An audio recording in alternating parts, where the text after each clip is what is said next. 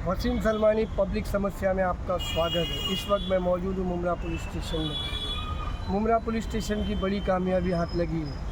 Mumbra police station के माने साहब ने 5 लाख के मुद्दे माल के साथ एक घर चोरी उजागर किए और एक आरोपी को धर दो पहुँचाया।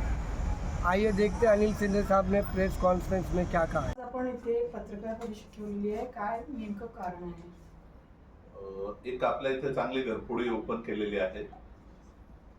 26 एप्रिल रोजी अमृतनगर मधील मोहम्मद सुदू इस्लाम खान यांच्या घरातले 5,81,000 रुपयाचे सोन्याचे दागिने आणि रक्कम अशी चोरी झालेली होती.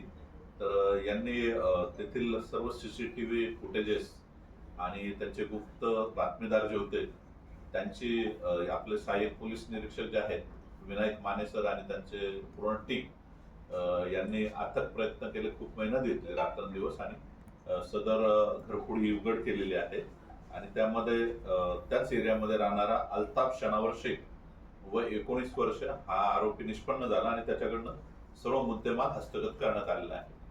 सर, या प्रकरणात आरोपीपर्यंत पोहोचण्यासाठी पोलिसांनी नेमकी कोणती तपास पद्धती वापरली? म्हणजे सीसीटीव्ही, तांत्रिक विश्लेषण, बिरजाळ, यात कोणाचा सर्वात मोठा वाटा होता? सर्वात मोठा त्यांचा वाटा जो होता तो सीसीटीव्ही फुटेजेस आणि त्यांचे गुप्त बातमीदार जे आहेत आणि तांत्रिक विश्लेषण सर्वच याच्यावर त्यांनी किती तासात रिकव्हरी केली साहेब? ते 12 तासाच्या आत हे केलेले आहे. शहरात वाढणाऱ्या घडफोड्या घटनांनंतर नियंत्रण ठेवण्यासाठी पोलीस विभाग कोणते ठोस प्रलंबित उपाय?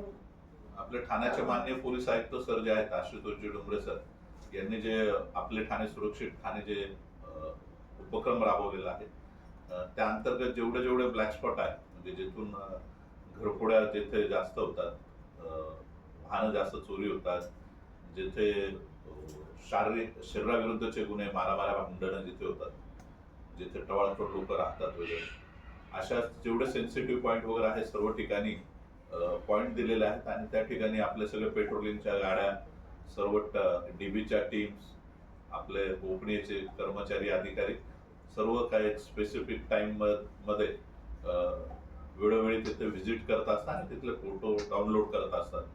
आणि त्यामुळे पेट्रोलिंगचं प्रमाण वाढलेलं आहे आणि त्यामुळे आपल्या इथं बऱ्याचशा गुन्ह्यांवर अंकुश आहे. एक लास्ट प्रश्न आहे, जप्त करण्यात आलेला मुद्देमाल पूर्ण परत मिळालेला आहे का? नागरिकांना अशा गुन्ह्यापासून स्वतःचा बचाव करण्यासाठी कोणती काळजी घ्यावी पाहिजे? लोकांनी असं बाहेरगावी जाताना वगैरे काळजी घ्यायला पाहिजे दागिन्यांची. ती सहजासहजी चोरांच्या हाती लागणार नाही किंवा मग बँकेचे लॉकर वगैरे यूज केले गेले पाहिजे.